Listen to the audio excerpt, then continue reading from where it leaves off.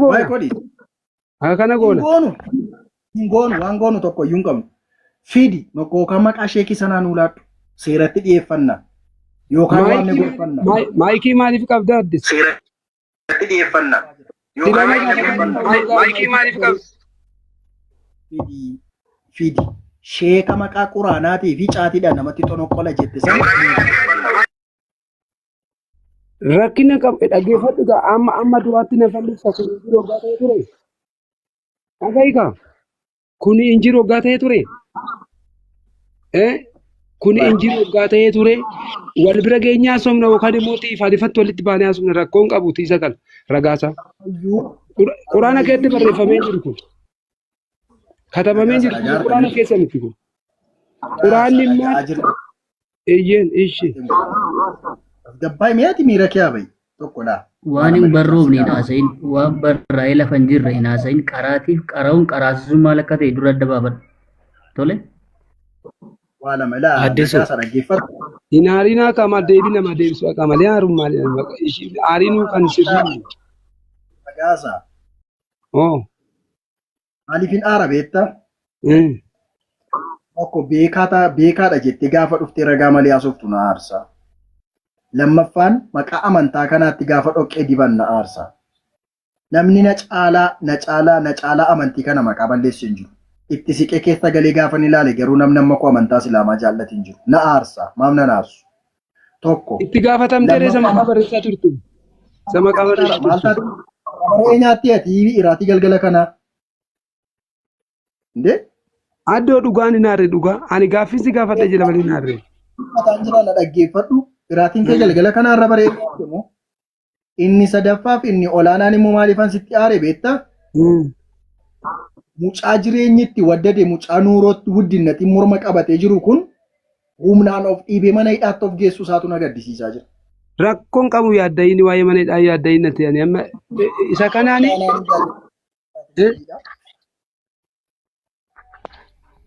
So.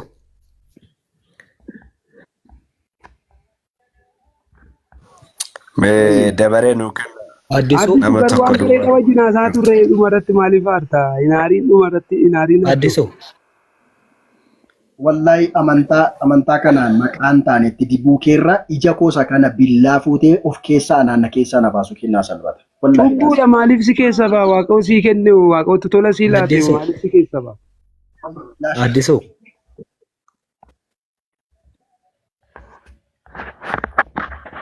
Itti fufi. Rakkoon qabu obboleessa kee ishii inni kun si aarsee waggaa ta'e ishii soorii dhiifaman si gaafadha rakkoon qabu. Inaariin garuu adda inaariin wal barsiisuudha asirra kan jiran maleeti wal xureessuu wal salphisuu miti baay'ee asirratti kan jirruufi ammaati fakkeenyaaf amantii kiristaanaa. Maaltii mucaa? Gaafiin isaanuu qabatamaan jiru gaafii tokko hin gaafatu inni irra dhaabbatu moo gaafii? Illee olii kennaa suma qofarra olaartu. Ikkoo isaan siin jedhee. Isanitti mee addisu gisee takkamee? Isi mee kilaashii mucaan waan taasaas waan dubbataa jiru isin beeku sa'aatii tokko sa'aatii 2 daqiiqaa 20 irra teenye kwaasaa kanarra faaraadhuma reefu gabaa gordommoo waa takka qofa itti muufi addisu.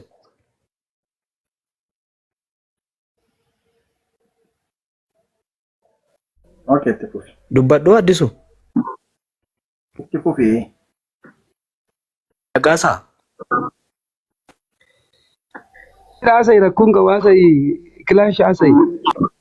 Bari waan tokko beektaa osoo waan hin beekin osoo waan tokko hin hubatin waa jechuun gaarii miti. Amantii miti nama dhuunfaa tokkoon wanta inni hin qabne tokko namaan jechuun waa hundumaanuu seeraanis waa hundumaanuu seeraaf heeraanis waan nama gaafachiisu jechuudha. Islaamummaan akka islaamummaatitti namni amantiin falfalaa fi falfaltuu raayiduu yookaan mortuu xonqaayii balaaleffatu hin jiru. Adabbiin isaa olaanaadha. Falfaltuu fi falfalaa adabbiin isaa olaanaadha. Ajjechaadha adabbiin isaa falfalaa fi falfaltuu. Adabbiin isaa akka amantii islaamaatiitti jechuudha. Sababni isaa maali? Jiruu fi jireenya namaa diiga. Obboleessaaf obboleetti diiga. jireenya hawaasummaa balleessa. Biyya diiga, ganda diiga. Kanaafi adabbiin isaa ol aanaa ragaa baasee si agarsiisuu danda'a jechuudha. Kanaafi oluma kaatee waan tokko balaaleffachuun dura beekuun dirqamaa jechuudha.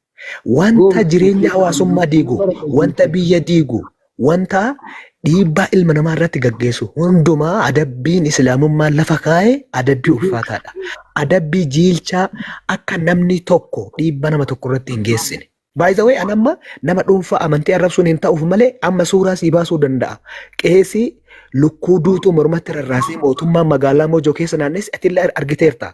As Arsii keessatti qeesii kun suuraa amma baasee si agarsiisuu danda'a. Dallaana mootummaan seeraan ragaan itti qindaa'ee falfala qofforsiisee mootummaan kabaasee mana seeraatti dhiyeesse amma si agarsiisuu danda'a. By the way, suuraadhaan jechuudha. Bilbila kee keessa kan jiru suuraadhaan. Lukkuu duutuu mormatti rarraasanii katama keessa oofuun mootummaan ragaa eega uummanni itti qindeesse booda jechuudha. Kanaaf islaamummaan yoomillee wanta dhiibbaa namarratti geessu jireenya namaa diigu hundumaa sadarkaa duraa irratti balaaleffata, adabbii isaas lafa kaa'eera. Akkanaan nama arrabsuu fi amantii namaa arrabsuu osoo hin taane beekuun dirqamaa si hubachiisuun barbaadeeti. An amantii tokko ofi miti waan qabatamaa ragaa hojii amma baasuu naan jette baasuu danda'a jechuudha. Kanaaf hubatuu qabda waan jedhuuf isinitti dheeresseera. Assalaamu alaikum. Galatoom baay'een si kabajaa obboleessu addoo naariin amma fakkeenya waan sitti maanii addisu dhiifama naa godhadhaa kennatti aartee miira kee habayi. Mee nagga saates gaggabaabsitu muradhu too dabaree xaanutti haasofna. Ishi dhiifama isinitti dheeressee Gaggabaabsime. dhiifama ishi. Dabaree olii kennaa haasofnaati. Ishi dhaabuu addoo. Dhaabi an tureera mirgaan dhaabesitu dhaabuu dide malee ammayyuu haasa'aa. Dhiifama moo naa godhadhaa kennatti aartee addoo dhiifama bannaati. Ani komiidhamuu kee waan ani hin jaallanneef baasee siifa naare malee ofitti naare miti. Addo abshiri wal bira geenyaa sabna yoo ta'u baate wal bira geenya sin xabannaa isa kana Namoota moo qabadhu kan nagaasa dhaabii jedhamtee taajajami bakka. Addisu Assalamu alaikum. nagaasi. Ustaazi Mubaarak assalaamu alaikum warahmatullahi wabarakatuh. Waalaikum salam warahmatullahi wabarakatuh. Kam nagaa jirtani? Jira galata rabbii nagaadhaan. Inshallah baga jiraattan. Keessummaa keenya irraa sagalee fudhannee deebinu. Inshallah. Wannin jechuuf oolu obboleessa keenya maal jechaa jira saa? Yaa dabaree liyodoo kanneen bareeda garuu. Mee mulugeetaa dubbadha isa. Ayyee. Tole hunduma keessaniifuu nagaan haa ta'u.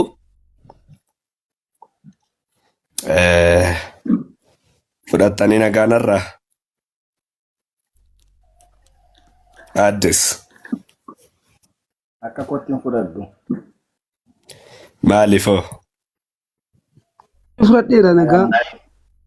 Qoyi nagge muutii qabaddu addisuun gaafachaa jira. Nagaan siifa ta'u naan jette ani immoo nagaa waan an qabuufan fudhachuu dhiise kanumadha. Ikko nagichi siniif haa ta'u jedhaanii nama tokko bira yoo geessan mana tokko geessan jedha mana keetti dhufne nagaa siif haa ta'u innee nagichi immoo Kiristoos Yesuusidha. Sakanaa'uun fudhatta? Hin fudhadhu. Sababnoo? Nagaan nagaa kooti malee nagaan Kiristoos miti naaf. Efesiyoon 2:14 gubbaatti nagaan keenya Kiristoos jedha. Efesooniif caafame malee addisuudhaaf caafame miti. Macaaficha fudhaddoodha. Adda sichi gaafii biraa yaa ta'u taree bira.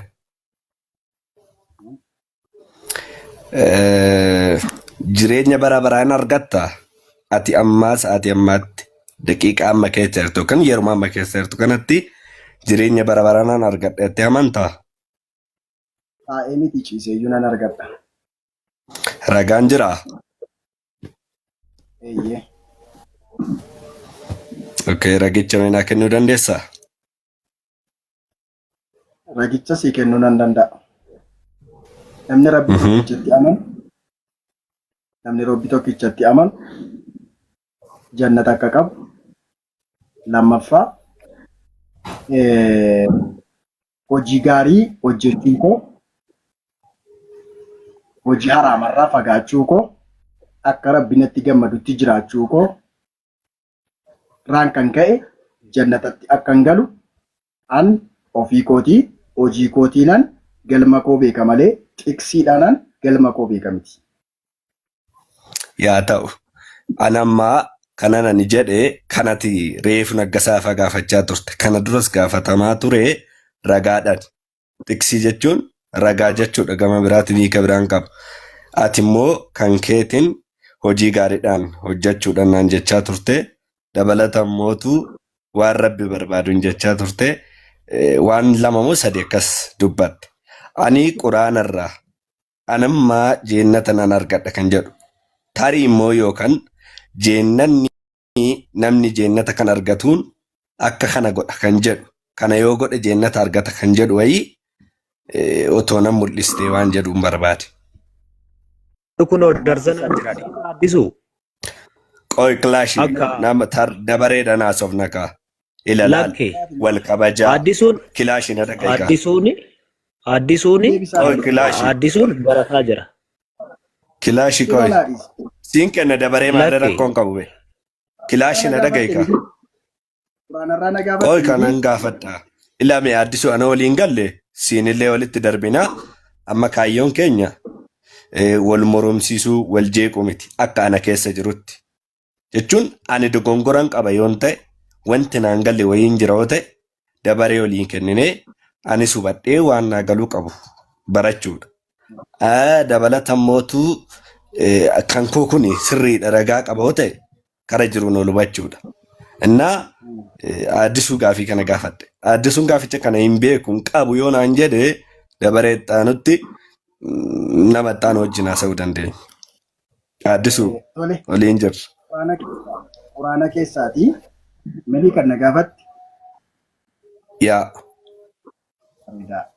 Salphaatti si deebisuu hin danda'a. Akkamitti salphaadha yoo siin jedhee akkasidha quraanni keenya. Wanta isiniif galeerraa dubbadhaa isan isin galle immoo dhiisaadha. Kanaaf ani immoo amantaa kadhatti dhufuun koree hojii alama. Macaafarraa garuu fataa godheensi haasofsiisa. Peentiin akka isheen jannatatti hin galle. Islaamummaa keetti jannatatti galuu ustaasiif kilaashiin akkasii deebisaniif carraa laadheeraaf. Barataa waan anta ta'eef dogoggoruudhaaf illee yookaan ragaa dogoggoraa laachuuf amantiin koo waan naan eeyyamneef. Sii galee? Yaa ta'u barachaa jirta jechuudha. Baradhu si ifetti dhiyaachaa deemta xuruudha. Otoo hin beekin nan beeka jechuun dogoggora. Hin beeku jechuun immoo beekumsa. Isa kanarratti sin deeggara. Kuni of course waan sirriidha.